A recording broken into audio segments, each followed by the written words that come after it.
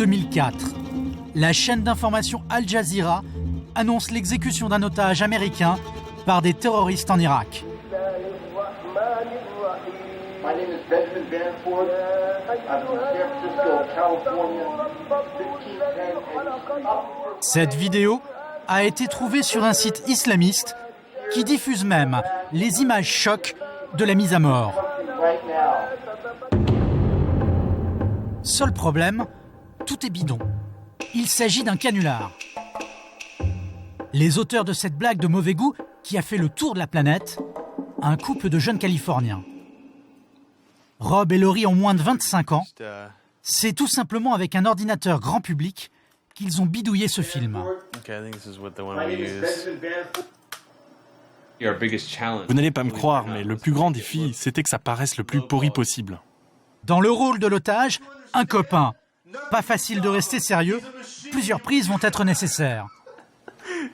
Leurs accessoires, du colorant à pâtisserie en guise de faux sang et un couteau de cuisine. Je vais commencer à couper, ok? Ouais, mais fais gaffe. Sur cette partie du film, on a zoomé dans l'image. Je ne voulais pas qu'on puisse voir ma main. Je ne voulais pas que les gens puissent se rendre compte que j'étais blanc. Les Californiens ont mis leur film sur Internet sans imaginer qu'il allait faire le tour du monde. Il faudra 5 heures aux chaînes de télévision pour comprendre qu'il s'agissait d'une supercherie.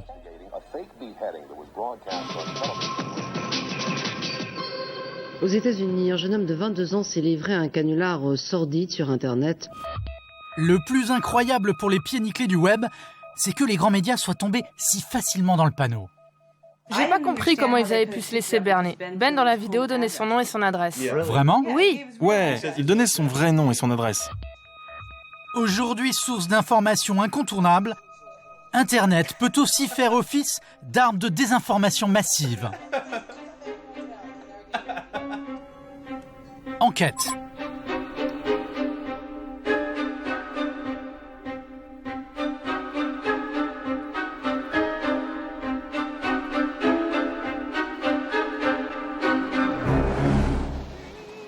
New York, pointe sud de l'île de Manhattan.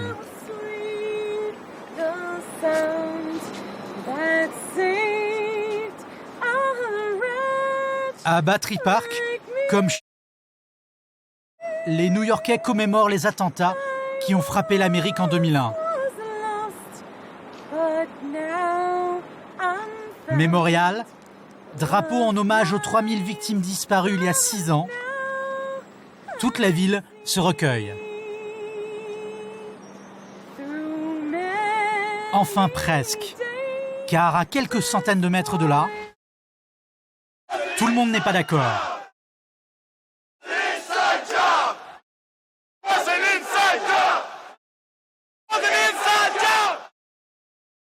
Ils sont près de 300, venus des 4 coins du pays.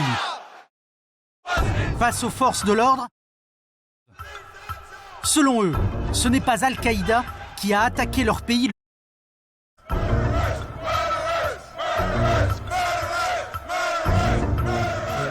Ces assassins qu'ils pointent du doigt, c'est leur propre gouvernement et son président, George W. Bush. Incrédulité de certains passants qui assistent à cette scène. Pour d'autres, c'est la colère à l'encontre des manifestants. Ce jour-là, 2 versions de l'histoire. Interrompre cette cérémonie pour raconter que les attentats du 11 étaient organisés par notre gouvernement. Je comprends pas sur quoi ils se basent pour dire ça. C'est quoi cette histoire de conspiration? Qui l'a fait? Pourquoi ils l'ont fait? Je suis en total désaccord avec eux. En fait, ça me rend fou furieux de voir ça. Cette autre vérité sur le... Ils ne l'ont pas vu à la télévision ou à la une des journaux, mais sur Internet. Par milliers, des sites d'information alternatifs, de blogs, de forums, contestent ce qu'ils appellent la version officielle. Si la thèse du complot intérieur se répand comme une traînée de poudre, c'est d'abord à cause d'un web documentaire amateur, Loose Change. En français, Prise de conscience. Film le plus populaire de la toile. On le trouve en anglais, en espagnol et même en japonais. traduit en plus de 10 langues, Loose Change aurait été téléchargé près de 100 millions de fois. Bluffant, ce film de 80 minutes réunit tous les ingrédients d'un pur documentaire d'investigation. Il n'y avait plus qu'une seule tour debout, la tour 1. Montage percutant, débauche d'archives, de documents, de chiffres et même d'images de synthèse, tout ça pour développer des théories explosives.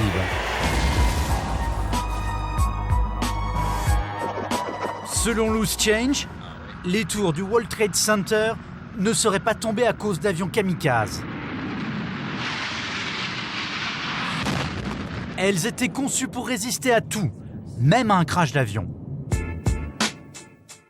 Et dire que le gouvernement voudrait nous faire croire que ces structures massives ont été détruites par 38 000 litres de kérosène, alors que les témoignages, les vidéos et le simple bon sens démentent cette explication. Selon ce film, les tours auraient été détruites par démolition contrôlée.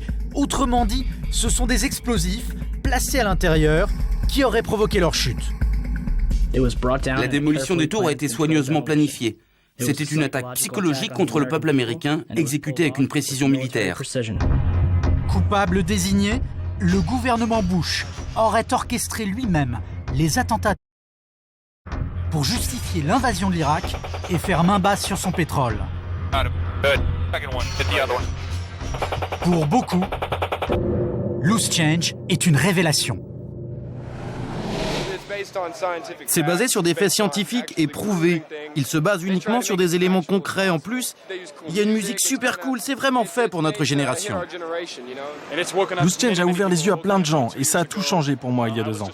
À l'époque, je me rendais pas compte et maintenant je suis là. Je suis venu spécialement du Canada. Infos et DVD gratuits. CNN, Fox News vous mentent.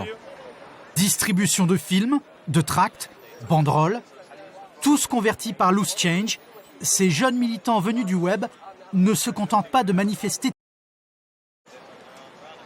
Pour rallier les New-Yorkais à leur cause, ils ont même créé un mouvement pour la vérité sur... Leur combat, obtenir la réouverture d'une enquête sur les attentats. Les médias ont fait un très mauvais boulot sur...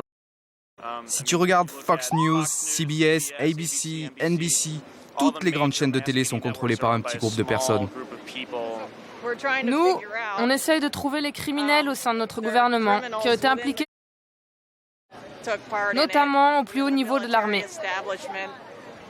Mec, quand tu commences à découvrir la vérité, ça te rend vraiment dingue. Médias disqualifiés, Bush super menteur, la suspicion gagne même le grand public. D'après les sondages, plus d'un tiers des Américains pensent que leur gouvernement pourrait être impliqué dans le... Une rumeur dont s'emparent même certains leaders politiques étrangers, comme Fidel Castro ou Hugo Chavez, président du Venezuela. L'hypothèse qui prend de plus en plus de force aujourd'hui, c'est que c'est le même pouvoir impérialiste américain qui a planifié et réalisé cette terrible attaque terroriste sur son propre peuple et contre les citoyens du monde entier. Fer de lance de cette contestation, ce jeune homme de 24 ans. Il s'appelle Dylan Avery, c'est le réalisateur de Loose Change. Pressé de questions par ses fans, Dylan, nouveau chevalier blanc d'une Amérique qui s'estime trahi par ses élites. Qu'est-ce que tu veux savoir, mec? C'est hallucinant. Tout le temps, où que j'aille, plein de gens m'accostent pour me dire « ton film a changé ma vie ». C'est dément. Et j'aimerais qu'il y ait encore plus de gens. Un jeune homme dont on parle même dans les grands médias, mais pas en bien. Cet autodidacte, ancien serveur de restaurant, y est à chaque fois présenté comme un conspirationniste. Aucun média n'accorde le moindre crédit à ses thèses, et pourtant, il a semé le doute dans le monde entier.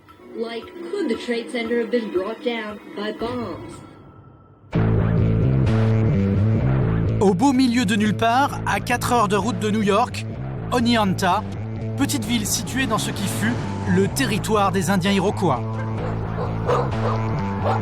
C'est là que se trouve ce que beaucoup d'internautes considèrent comme la Mecque de l'information libre et indépendante. Jason Bermas, 27 ans, ancien graphiste, est l'enquêteur en chef de Loose Change, le bras droit de Dylan Avery. Ici, c'est notre salon et le bureau de Slash, et c'est là que travaille d'habitude ma secrétaire. Juste à côté, c'est dans une chambre typique d'ado que vit et bosse le créateur de Loose Change. Sous ses ordres, toute une tribu de jeunes s'active à plein temps. En 2 ans, plus de 50 000 copies de Loose Change, vendues $19, ont été écoulées via le net. Une nouvelle version du film est même en chantier, alors toute la journée, les détectives en herbe viennent filer un coup de main. Et ici, on a un autre de nos chercheurs. Il est passé nous voir, il fait partie des accros. Ça, c'est 6 années d'enregistrement de la télévision. Et si t'as 5 ans de ta vie, tu peux fouiller dedans. Et là, tu vas trouver des extraits très intéressants qui viennent des médias, mais qui ne collent pas avec la version officielle. Lui, il a un paquet d'archives. Mais attends, ce n'est rien à côté de ce que je vais te montrer. Un travail de fourmi. Chaîne locale ou nationale, toutes les images liées de près ou de loin sont classées, vues et revues sous toutes les coutures. Objectif, trouver le nouveau détail qui permettra au maestro de mettre en pièces ce qu'il considère comme de la propagande. Et juste ici, c'est l'ordinateur avec lequel on a fait les premières versions de Loose Change. Maintenant, il ne marche même plus. Un ordinateur et $6 000 d'économie ont suffi à Dylan pour fabriquer son film. Pourtant, son but au départ, c'était seulement d'assouvir sa passion pour le cinéma. Au début, je voulais juste faire un film de fiction qui devait raconter comment moi et mes amis ont découvert une conspiration. L'idée, c'était que notre gouvernement avait été très négligent, ou bien carrément qu'il était impliqué dans les attaques. Alors j'ai commencé cette fiction en 2002, mais en faisant mes recherches, j'ai réalisé que la réalité rejoignait la fiction. Et c'est comme ça que mon film est devenu un véritable documentaire. Loose Change, vrai documentaire. Un passage au banc d'essai révèle qu'on est loin du compte. D'abord, le film accumule les témoignages des journaux télévisés de l'époque. Pompiers, policiers, passants, journalistes. Présenté comme une preuve, par exemple, le témoignage en direct de ce reporter. 1 heure après le crash du premier avion, le pompier m'a dit qu'il y aurait eu une autre explosion dans une des tours. Il pense, c'est à prendre bien sûr au conditionnel, que c'est un engin explosif qui aurait été posé dans la tour. Nous avons retrouvé ce reporter. Pat Dawson couvrait ce jour-là pour une grande chaîne de télé la catastrophe. Pas vraiment content, Dawson a découvert que Loose Change présentait comme des vérités les suppositions d'un pompier qu'il avait recueillies en plein chaos. Quand j'ai fini mon plateau, j'ai dit en parlant du pompier, il pense, il suppose. J'essayais de faire comprendre aux téléspectateurs que dans ce contexte, il ne s'agissait pas d'un fait. C'est ça que je voulais leur faire comprendre. C'est très grave pour un professionnel de voir votre travail pris hors contexte et utilisé pour développer une théorie que les faits ne soutiennent pas.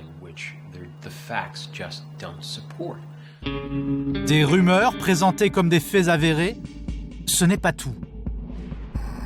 Pour convaincre que des explosifs ont fait tomber les tours, les réalisateurs tentent de mettre la science de leur côté.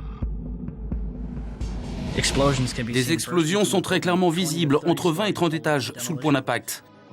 Ici. Ici. Ces images indiqueraient de manière irréfutable la présence de charges explosives placées aux différents étages.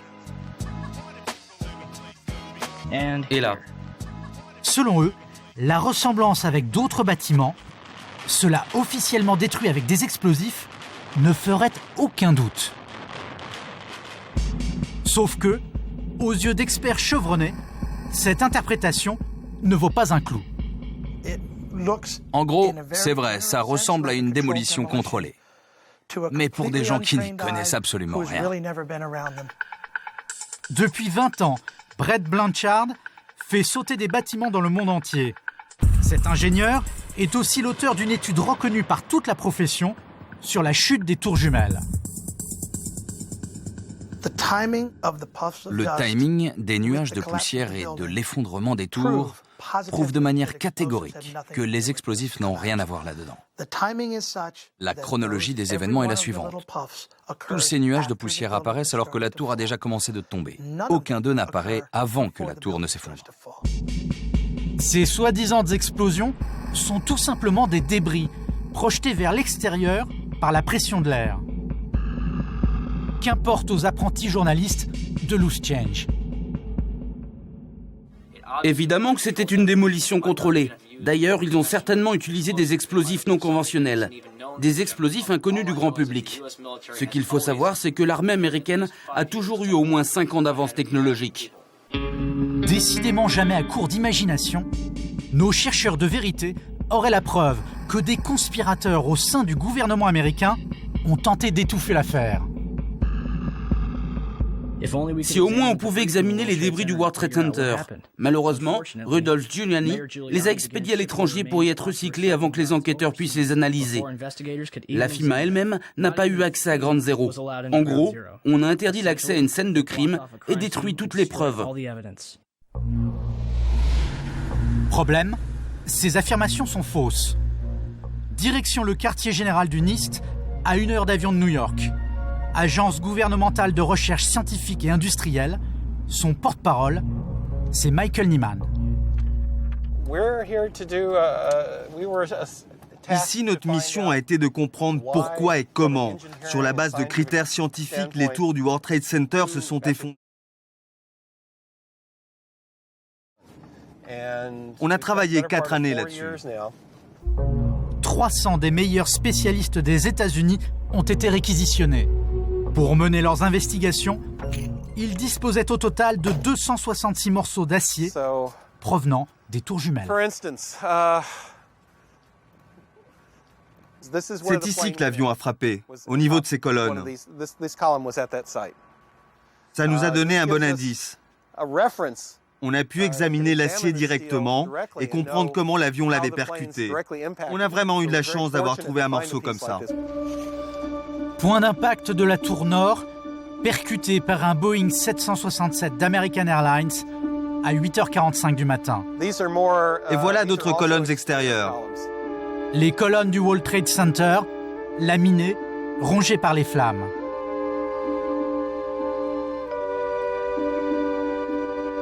Et ici, les armatures métalliques des étages. Du moins, ce qu'il en reste.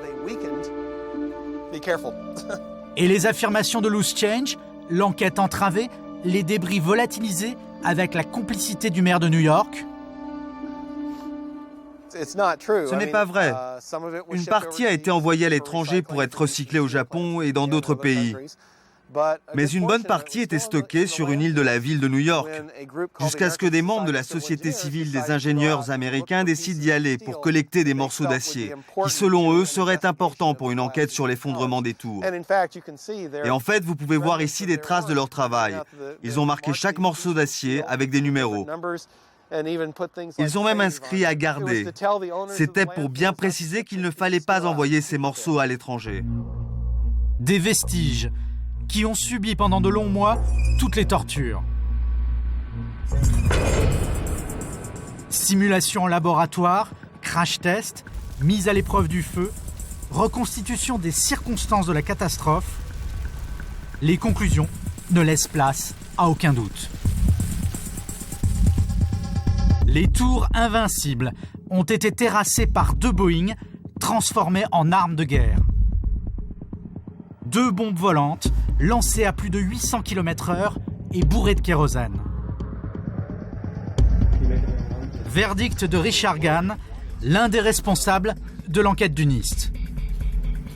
Le carburant a généré un incendie d'une puissance comparable à celle dégagée par une centrale électrique.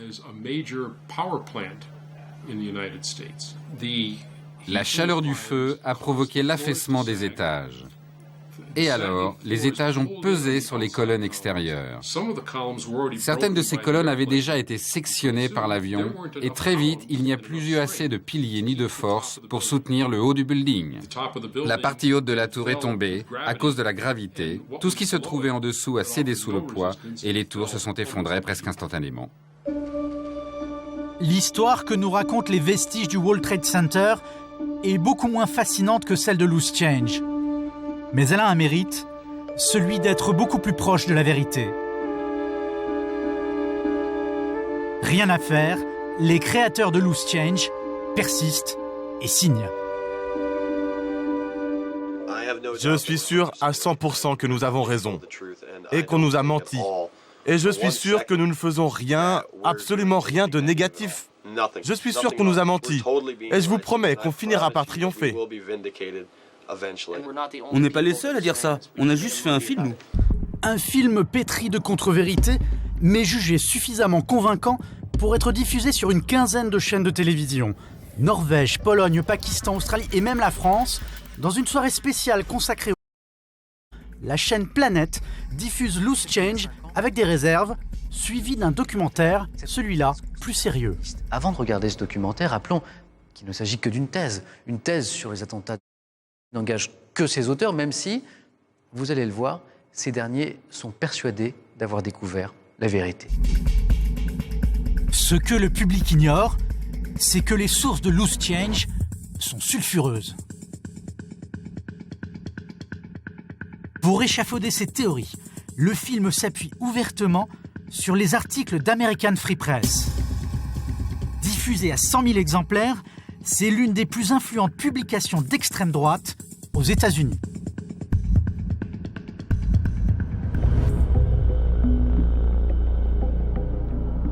Pour découvrir la face cachée de Loose Change, direction Washington DC, cœur du pouvoir politique américain et cible des terroristes d'Al-Qaïda.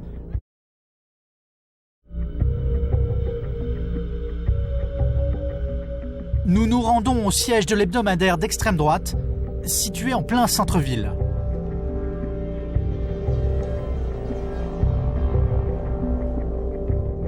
Bonjour, je suis Stéphane de Canal+. Ce vieux monsieur, c'est Willis Carto, le propriétaire du journal. Dans sa rédaction, des journalistes pour la plupart largement sexagénaires. Nous sommes à des années-lumière de l'univers jeune et high-tech de Loose Change. Pourtant, le discours est le même. Vous voyez ça ? On prétend que c'est avec ça qu'ils ont menacé les passagers des avions. Un cutter. C'est avec ça qu'ils auraient fait peur aux pilotes ? Vous y croyez vraiment, vous ? Les pirates de l'air d'Al-Qaïda, une fable selon lui. Depuis 2001, American Free Press a publié des centaines de pseudo-révélations. Selon Willis Carto, le gouvernement Bush n'est pas seul responsable. Aucun doute, Israël était de mèche. C'était une opération des Israéliens et de la CIA. Quel aurait été leur but et leur intérêt ? Vous devriez poser cette question aux Israéliens. Pourquoi vous ne demandez pas à l'ambassadeur d'Israël en France ? Pourquoi vous ne demandez pas à M. Sarkozy ? Vous pensez qu'il était au courant ? Je ne sais pas. C'est un sioniste, un juif.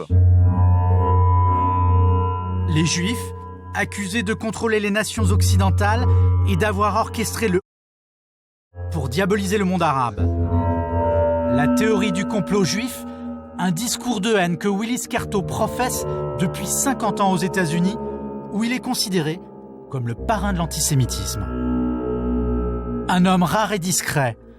La dernière fois qu'il a été filmé, c'était il y a plus de 20 ans, lors d'un congrès réunissant la fine fleur internationale de la xénophobie et du négationnisme. En veste bleue, le révisionniste français Robert Faurisson. Et là, le chef d'une organisation raciste, le Ku Klux Klan. Et bien sûr, Willis Carto. Grand sponsor du révisionnisme, il a fondé un institut, des dizaines de revues qui nient l'assassinat de 6 millions de juifs pendant la Seconde Guerre mondiale. Tous ces récits des soi-disant survivants, ça a juste été un bon moyen pour eux de se faire beaucoup d'argent. Des propos calomnieux que la Constitution américaine autorise au nom de la liberté d'expression et dont Willis Carto use sans la moindre retenue. S'il y a bien quelqu'un qui méritait le prix Nobel, c'est Adolf Hitler. Je ne sais pas quelles sont les qualifications requises pour avoir le prix Nobel. Mais Hitler aurait dû l'avoir, ne serait-ce que pour tous les mensonges qu'on a racontés sur lui. Se baser sur un journal clairement antisémite, ça n'a pas l'air de poser le moindre problème aux créateurs de Loose Change. Pour eux, cette source d'information serait aussi valable que n'importe quelle autre. Je ne comprends pas pourquoi vous remettez en cause l'utilisation d'American Free Press, parce que toutes les informations qu'ils donnent sont très pertinentes. Il y a des gens qui ont des stratégies secrètes. Nous, on n'est pas là pour promouvoir American Free Press ou l'antisémitisme. Non, d'aucune manière. Ce ne sont pourtant pas les seules origines inavouables de leurs films. Sur le web, le site d'un certain Eric Schmidt. Des thèses antisémites liées aux négationnistes sur les camps de concentration. Personnalité délirante, Schmidt n'est autre que le père fondateur de la théorie de la destruction des tours jumelles avec des explosifs.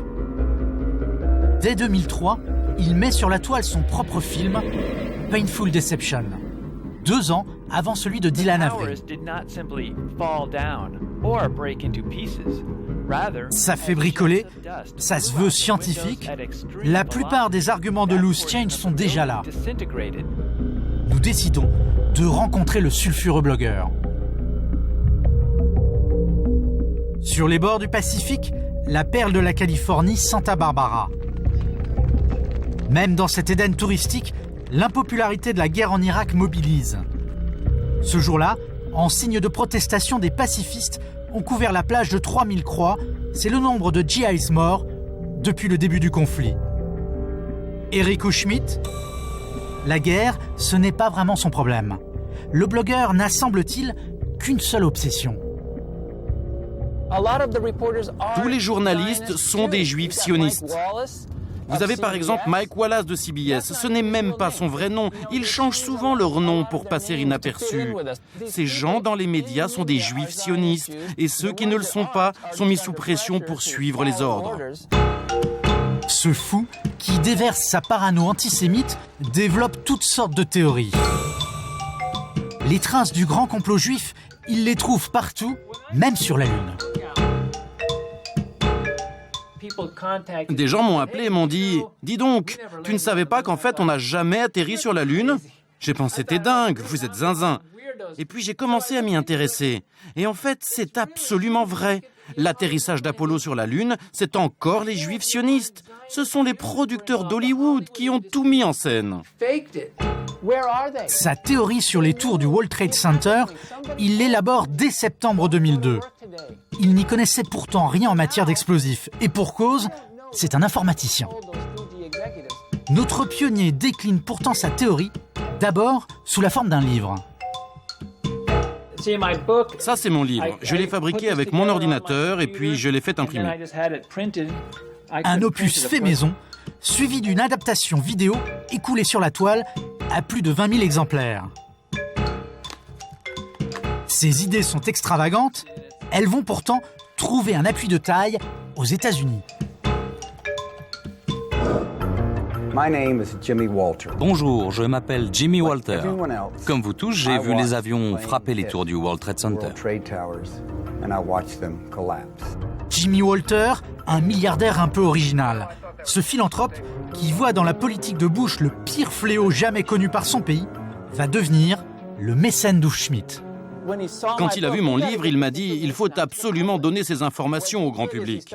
Ce qu'il a fait, c'est qu'il a acheté des pleines pages de pubs dans les journaux, dans la presse locale, mais aussi dans des grands journaux comme le New York Times.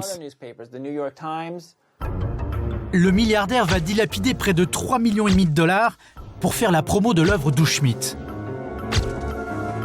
Il finance la distribution mondiale de 100 000 DVD et même une tournée de conférences publiques dans toute l'Europe. Voici une photo des conférenciers. Erich Schmidt, le négationniste, côtoie un journaliste d'American Free Press, l'hebdomadaire antisémite. Et assis avec eux, un Français, Thierry Meyssan. Rappelez-vous, Thierry Meyssan, auteur d'un best-seller mondial.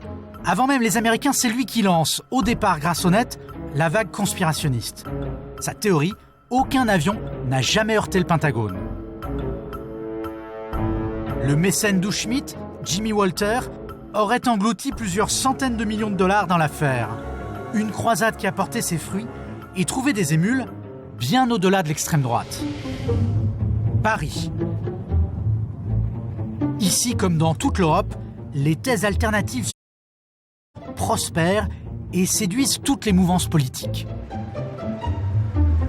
À 2 pas de la bourse, une cinquantaine de personnes font le pied de grue aux 24 rue de la Banque. Lutte pour les sans-papiers ou contre les OGM, cet immeuble, transformé en squat, est l'un des hauts lieux de contestation de l'extrême gauche altermondialiste. Atmo milite contre le mal logement, mais aussi pour la vérité. Cet anti-Bush convaincu s'est investi dans cette nouvelle cause il y a plus d'1 an. On peut voir notamment notre site qui s'appelle Reopen 911. On va faire une petite recherche. Le jeune homme a créé le principal site français relayant les thèses alternatives sur les attentats. Interviews d'experts autoproclamés, mise en ligne de documentaires amateurs comme Loose Change. Sur ce site, on ne trouverait que de l'info sérieuse. Crier en disant le 11 septembre c'était fait par Bush comme ça sans raison, là on paraît un peu désallumé. En même temps, si on dit pas d'invasion de l'Afghanistan, il n'y a pas d'invasion de l'Irak, il n'y a pas les Américains encore en Irak, bon, ça paraît important de spécifier aussi des éventuels mobiles quand on donne des informations comme on a sur notre site. On a 22 millions de vidéos vues et téléchargées. En tout ? Ouais, donc c'est énorme si tu veux, on a un score de malade. Bon, chaque jour on a 3000 nouvelles personnes qui viennent dont on ne sait pas où, qui ont vu une vidéo sur le net ou qui ont trouvé l'adresse ou qui... Même Christine Boutin, une ministre de droite, entre dans la danse. Interviewée par Atmo sur la toile, ses réponses sont pour le moins surprenantes. Peut-être plus précisément, est-ce que tu penses que Bush peut être à l'origine de ces attentats ? Je pense que c'est possible. Je pense que c'est possible et je le pense d'autant plus que je sais que les sites qui parlent de ce problème sont des sites qui ont le plus taux de visite. Et donc je me dis, moi qui suis très sensibilisée au problème des nouvelles techniques de l'information et de la communication, je me dis que cette expression de la masse et du peuple ne peut pas être sans aucune vérité. Donc, Une ministre qui donne du crédit à des thèses infondées, tout ça parce qu'elles sont populaires sur Internet, inquiétant. L'influence du web se mesure jusqu'aux militants français. Ils ont adopté la panoplie complète de leurs homologues américains, du copier-coller. C'est mon premier t-shirt. L'idée, c'était d'avoir les deux 1 qui sont les deux World Trade Center et le Pentagone pour un 9, comme ça fait 911. Donc c'est le 911, c'est un peu le chiffre clé. Les t-shirts et le discours qui va avec. Voilà. On nous raconte des bobards et donc on voudrait savoir ce qui s'est passé. On n'a pas la prétention de savoir ce qui s'est passé, on a la prétention de vouloir savoir et demander la réouverture d'une enquête officielle et impartiale. Et s'il faut passer par une commission internationale et faire une pétition et aller jusqu'à la Commission européenne et s'associer avec les Américains, eh ben on le fera. On attend encore un tout petit peu, mais je pense qu'on va être rempli, on va être à la capacité maximum du public. Et ce jour-là, justement, ils attendent comme le Messie un expert américain. Changer un petit peu la forme. Il s'appelle David Ray Griffin. Son nom ne vous dit sans doute rien. Et pourtant, ce professeur de philosophie à la retraite est devenu célèbre du jour au lendemain grâce à un best-seller intitulé Le Nouveau Pearl Harbor. Son livre s'est écoulé à plus de 300 000 exemplaires uniquement grâce au bouche à oreille sur la toile. Résultat, le prof a même été embauché comme consultant par le réalisateur de Loose Change, apparemment en quête de respectabilité. There is nothing in the final Je n'ai aucun point de désaccord fondamental avec la dernière version de Loose Change. Ça ne veut pas dire que j'ai obtenu tout ce que je souhaitais. Mais désormais, une chose est sûre, personne ne pourra y trouver la moindre erreur. Vous le faites gratuitement? Non, ils m'ont proposé de l'argent. Combien? Ce n'est pas un sujet sur lequel je souhaite m'exprimer. Au-delà de l'argent, a offert à ce retraité une nouvelle carrière. Désormais globe-trotter, il enchaîne conférences et séances de dédicaces. Chercheur de vérité pour Le prof se revendique comme un homme de gauche et un admirateur d'Al Gore, la nouvelle star de l'écologie. Sauf que, on retrouve dans ses livres, cités comme source d'inspiration, Thierry Messant, le français, ou encore Eric Houchemit. Rappelez-vous, Houchemit, le blogueur antisémite qui accuse les Juifs d'être derrière. Interrogé sur cette référence, le prof se défend de tout antisémitisme. S'il y a bien une chose pour laquelle j'ai été critiqué au sein du mouvement, c'est justement de ne pas mettre en cause les Juifs. À entendre le prof, le mouvement serait largement infiltré par des militants antisémites. Sous couvert d'informer, la liberté de tout dire sur Internet fait le jeu des propagandes de tous bords. Désormais, la toile permet de monter de véritables campagnes de déstabilisation, très ciblées. Un journaliste de renom en fait aujourd'hui les frais. Il s'appelle Charles Anderlin. Il y a eu depuis le début de l'intifada 3 attentats graves qui ont fait des victimes israéliennes à Netanya. L'autre grande conséquence politique... Charles Anderlin, une des vedettes du journalisme au Proche-Orient. Correspondant de France 2 à Jérusalem, auteur de documentaires, de livres, il est considéré comme l'un des meilleurs spécialistes du conflit palestino-israélien. Les chefs de l'armée... Mais tout bascule à la fin de l'année 2000. Sur le web, il va se faire traiter de tous les noms. Menteur, nazi. La campagne menée contre le journaliste est d'une rare virulence. Ce qui a mis le feu aux poudres, c'est un de ces scoops diffusé le 30 septembre 2000. L'embrasement a gagné toute la Cisjordanie et la bande de Gaza. Ce jour-là, Anderlin a envoyé à Gaza Talal Abouarmeh, l'un de ses caméramans. Soudain, une fusillade éclate entre milices palestiniennes et soldats israéliens. Un père et son fils sont pris entre les deux feux. Ici, Jamal et son fils Mohamed sont la cible de tirs venus de la position israélienne. Mohamed a 12 ans. Son père tente de le protéger. Il fait des signes, mais une nouvelle rafale. Mohamed est mort et son père gravement blessé. C'est la première fois qu'une caméra filme les derniers instants d'un enfant palestinien, victime collatérale du conflit. Prises dans les débuts de la seconde intifada, ces images vont choquer l'opinion mondiale. Le petit Mohamed Al-Doura devient un symbole utilisé par la propagande palestinienne. Un symbole insupportable aux yeux de certains radicaux pro-israéliens. Grâce au web, ils vont réussir à mettre en doute l'authenticité du reportage du journaliste de France 2. Mohamed Al-Doura ne serait pas mort, son père n'aurait pas été blessé, tout serait bidon.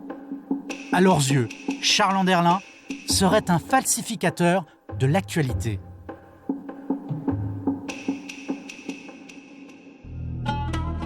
Direction Jérusalem. En poste dans la ville sainte depuis 30 ans, Charles Anderlin. La levée de bouclier contre son reportage a bouleversé sa vie et celle de ses proches. Ça a été pour la famille assez difficile. Pendant la première année, nous avons reçu des menaces de mort à la maison et sur les conseils de la police de Jérusalem, nous avons une société de gardiennage qui, la nuit surtout, a surveillé les abords de notre domicile.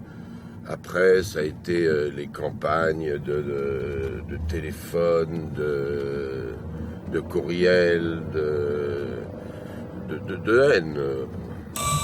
Un homme sous pression depuis 7 ans. Aujourd'hui poursuivi par la rumeur de bidonnage, le journaliste de France 2 s'en tient au témoignage de son caméraman et à sa propre enquête. Dans les jours qui ont suivi, j'ai regardé la cassette originale lorsque je l'ai reçue à Jérusalem, image par image, rappelé encore une fois Talal. J'ai fait une tournée du côté de Netzarim, mais effectivement, pour moi, il n'y avait pas photo. Tout correspondait à la version qui m'était donnée par Talal et par d'autres journalistes palestiniens qui étaient sur place. Ce n'est pas ce que pense Richard Landes, un historien américain spécialiste du Moyen-Âge. Son blog, Second Draft, est l'un des fers de lance de l'offensive menée contre le journaliste. Dans un film intitulé Pallywood, contraction de Palestine et Hollywood, l'historien affirme que la mort du petit Al-Doura serait une mise en scène. Il va plus loin. Selon lui, la majorité des images du conflit seraient scénarisées. Fausses émeutes, faux blessés, des fictions qui seraient conçues par les Palestiniens avec la complicité des médias occidentaux objectifs diaboliser Israël. Richard Landes n'a jamais été sur le terrain et pourtant, il est catégorique. Pallywood, pour la plupart, c'est des scènes al fresco, c'est du jazz. Tu vois, moi je suis là et je fais ah, et je tombe par terre et il y a des gens qui arrivent et qui m'emmènent en ambulance. Voilà une scénette. L'objectif politique de Pallywood, c'est quoi? C'est de frame, de cadrer l'histoire du Proche-Orient avec un Goliath israélien et un David palestinien. C'est les Palestiniens qui sont les braves victimes, qui essaient de confronter les Israéliens avec leurs petits pierres, et les Israéliens avec leurs chars qui tirent sur les enfants et qui sont cruels, aussi cruels que les nazis. Au cœur de sa démonstration, la mort d'Al-Doura. L'historien l'a décortiqué image par image. Pour lui, tout indiquerait que c'est une manip. Si l'enfant a saigné d'une blessure à l'estomac pendant plus de 20 minutes, comme le prétend le rapport de l'hôpital, pourquoi dans les images du caméraman on ne voit aucune trace massive de sang? Autre objet de suspicion, les dernières images tournées de l'enfant. Alors que les tirs mortels l'ont déjà atteint, on y voit le petit Mohamed lever lentement son bras droit. Selon le blogueur, il jetterait même un regard de connivence au caméraman. Si on se dit, ou il est couché parce qu'il a été atteint par une balle, ou il est couché parce qu'on lui a dit de s'accoucher comme s'il était atteint par une balle, et on regarde, la deuxième hypothèse est de loin la plus probable. À l'entendre, le petit Mohamed Al-Doura ne serait donc pas mort. Pour en avoir le cœur net, direction Gaza, à 2 heures de route de Jérusalem. Un corridor de béton, l'accès à la bande de Gaza est sous étroite surveillance de l'armée israélienne qui redoute les attentats suicides du Hamas. Entrées, sorties se font au compte-gouttes et à pied.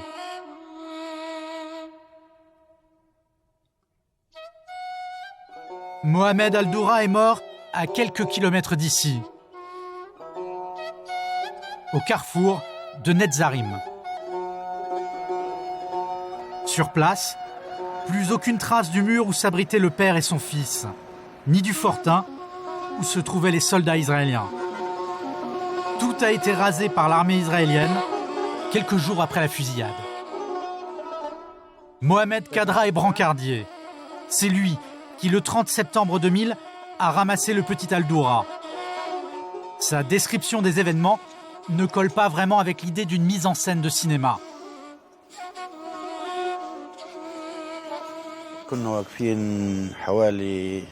Nous étions à peu près une vingtaine d'ambulances. On a vu un enfant avec son père au milieu de la fusillade. Et aucun d'entre nous ne pouvait intervenir. J'ai finalement décidé d'y aller. Ça tirait dans tous les sens. Les balles ricochaient par terre. Ça projetait des cailloux sur nos visages.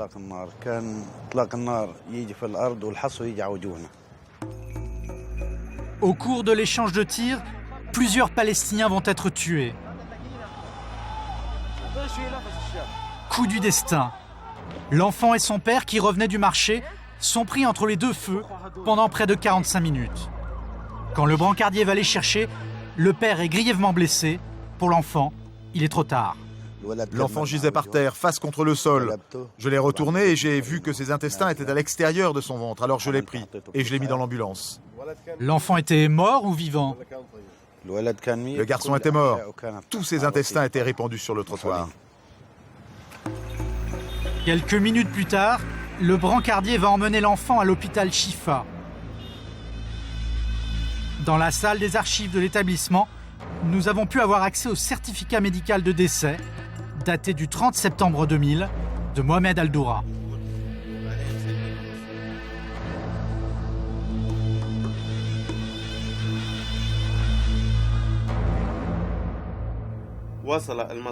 L'enfant est arrivé mort. Il avait été touché au ventre par des balles. D'après le rapport du médecin légiste, les intestins étaient sortis du ventre. Transféré après son arrivée à la morgue, voici montrées pour la première fois les photos de l'enfant faites lors de l'examen post-mortem. Selon les médecins, Mohamed a reçu plusieurs balles d'armes automatiques à la poitrine et à l'abdomen. L'autre victime, c'est Jamal Al-Doura, le père de Mohamed. Il vit dans un camp de réfugiés situé à Gaza City. Dans son grand salon, le père vit dans le culte de son fils disparu. Affiches, timbres, le monde arabe a su amplement exploiter la mort du petit Mohamed. Sur Internet, on prétend que le père n'a jamais été blessé en 2000, et pourtant... Tout mon corps est couvert de cicatrices, de traces d'impact. Le père a reçu plusieurs balles, notamment au bras, ainsi que de multiples éclats aux jambes. Mais pas seulement.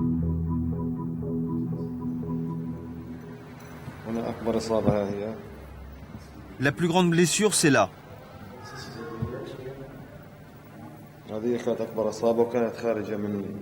La balle est sortie par derrière.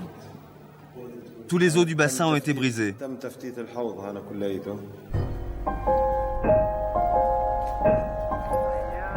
Retour à Jérusalem.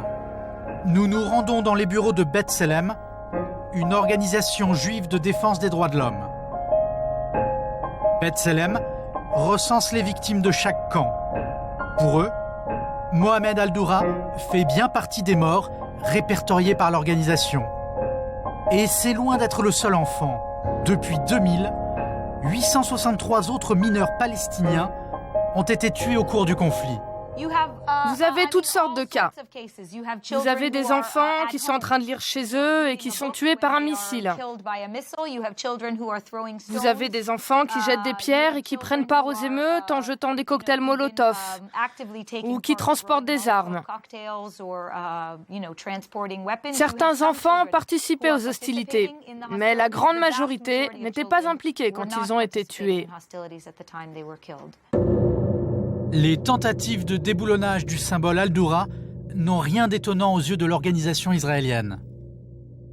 Mohamed Al-Doura est un symbole très puissant dans cette guerre de propagande. Alors ça ne me surprend pas qu'Israël ou des supporters d'Israël puissent essayer de neutraliser le pouvoir de cette image. Aujourd'hui, les autorités israéliennes ne souhaitent pas s'exprimer sur la polémique. Au lendemain de la fusillade, l'armée avait admis la mort du petit garçon, tout en rejetant la faute sur les Palestiniens. C'est un événement tragique. Nous avons ouvert une enquête hier soir pour en fait voir et vérifier ce qui s'est passé durant cet incident. Mais il faut également ajouter que les Palestiniens ont été les premiers à ouvrir le feu et à engendrer la violence. Et malheureusement, c'est le prix de la violence. Le petit Mohamed est bel et bien mort, mais qu'importe. La rumeur de bidonnage relayée par le web est aujourd'hui de plus en plus populaire. Nous sommes à Paris, en décembre dernier. Le blogueur Richard Landes est invité par une association culturelle juive. Très écouté, celui qui réécrit l'histoire présente l'épisode Al-Doura comme un faux et même comme une résurrection du mythe antisémite du juif tueur d'enfants. Le petit Mohamed est devenu martyr uniquement par le fait d'avoir été tué par les Juifs. Soudain, les organisateurs nous demandent d'arrêter de filmer. Notre caméra gêne. On a parlé d'un journaliste, mais pas de filmer. Et malgré tout. Après discussion, nous sommes autorisés à filmer les conférenciers, mais pas le public. La méfiance est de mise. Moi, je vous le dis, à titre individuel, je ne veux pas apparaître dans votre bande ni sur votre chaîne. C'est clair? Moi, j'étais abonnée à Canal+, je me suis désabonnée de Canal+, à cause de leur... Apparemment ici, tous les médias sont suspectés de vouloir nuire à la communauté juive. Certains participants vont pourtant accepter de répondre à nos questions. Leur conviction est faite, Anderlin les aurait dupés. Mohamed Al-Doura, c'est une des plus grandes escroqueries de ce siècle. Et en France, on est en train de faire comme en Union soviétique.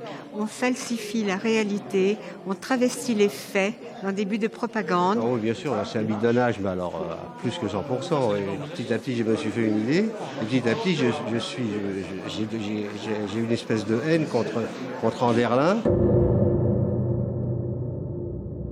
Le doute existe, le doute a été semé, et c'est ça qu'on n'arrivera jamais à lever, parce que personne n'ira jamais au fond des choses, et c'est le but de ces campagnes sur Internet. Derrière la rumeur, il n'y a pas qu'un, mais tout un réseau de blogueurs.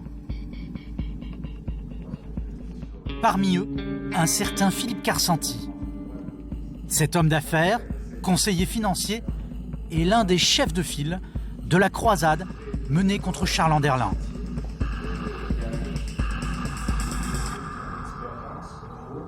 La communauté juive est en danger, a été mise en danger par ces images. Il est temps que les choses soient rectifiées et que nous n'ayons pas des ennemis de l'intérieur qui nous abattent. Derrière les supposés ennemis de l'intérieur, Philippe Karsanti vise clairement Charles Anderlin et ses soutiens. Karsanti orchestre ses attaques depuis Media Ratings, un site internet qu'il a créé et avec lequel il prétend analyser et noter en toute impartialité le travail des médias. Au nom de la soi-disant supercherie d'Al-Doura, Karsanti va jusqu'à réclamer la tête d'Anderlin et celle de la directrice de l'information de France 2.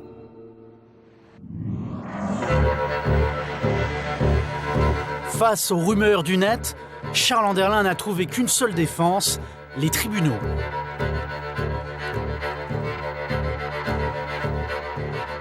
Celui qu'il poursuit pour diffamation ce jour-là, c'est Philippe Karsanti. Condamné une première fois en 2006 à verser 1 000 € d'amende, Karsanti fait aujourd'hui appel de cette décision. L'Américain Richard Landes est à ses côtés, ainsi qu'un troisième homme, un certain Stéphane Juffa. Son agence de presse en ligne, la MENA, alimente les blogueurs en infos, documents, vidéos qui répandent la rumeur du bidonnage. À défaut de fournir des preuves tangibles de ces accusations, Karsanti déplace le débat sur le terrain politique. Je peux vous dire une chose, que l'intifada a commencé sur cette image. Le 11 septembre, c'est 1 an après. Donc le musulman a été totalement enflammé par cette image. Il est temps de la corriger. Je vais lui accorder le bénéfice du doute, que les images qui lui ont été envoyées, il ne s'est pas rendu compte qu'elles étaient mises en scène. Il les a montées pour en faire un reportage d'actualité. Et ensuite, quand les premières critiques sont arrivées, il n'a pas voulu revenir sur ses propos précédents. Pour mettre hors jeu le journaliste de France 2, tous les coups semblent permis. Dans une interview donnée récemment à un hebdomadaire de la droite dure israélienne, Philippe Karsanti n'hésite pas à déclarer.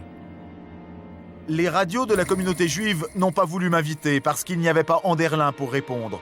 Donc je dis, d'accord, vous avez besoin d'un débat équilibré, 5 minutes pour les juifs, 5 minutes pour Hitler. C'est insupportable. Vous l'avez dit, je suis juif, je suis français, je suis israélien. Je vis ici depuis bientôt 40 ans. J'élève mes enfants dans le judaïsme. Et des gens en France me traitent d'antisémite. Anderlin, accusé d'être l'ennemi numéro 1 d'Israël et du peuple juif, un comble. Mais il n'est pas le seul à être la cible de ces militants radicaux. Tous les journalistes qui ne couvrent pas le conflit palestino-israélien, comme l'entendent ces activistes, sont attaqués sur le web. Ce dont témoigne François Clémenceau, ex-correspondant d'Europe 1 à Jérusalem. On s'est bien rendu compte que ce n'était pas seulement Anderlin qui était visé, ce sont tous ceux qui, de près ou de loin, suivant les affaires du Proche-Orient à Jérusalem, étaient pris en chasse par des amis de Karsanti et qui ne se sont jamais cachés d'être ses amis. Comme si on était, non pas sous une agence de notation de médias, ce qu'il a créé par la suite, mais vraiment sous un filtre, une censure presque, qui nous obligeait soit à faire de l'autocensure, soit à nous dénoncer les uns les autres, ce qui était ignoble. Information contre désinformation, c'est une véritable guerre qui se joue aujourd'hui. Sur Internet, rumeurs et intox prospèrent de façon incontrôlable. En 2007, il y avait 1,5 milliard d'internautes connectés à travers le monde, autant de cibles potentielles.